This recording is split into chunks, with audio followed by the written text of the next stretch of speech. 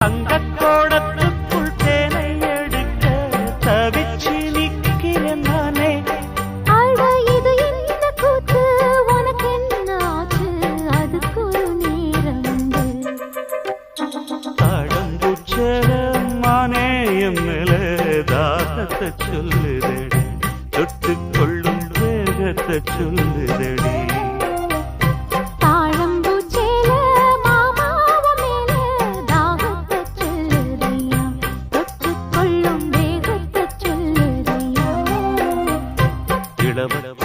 ரெண்டும் சரிமட்டம்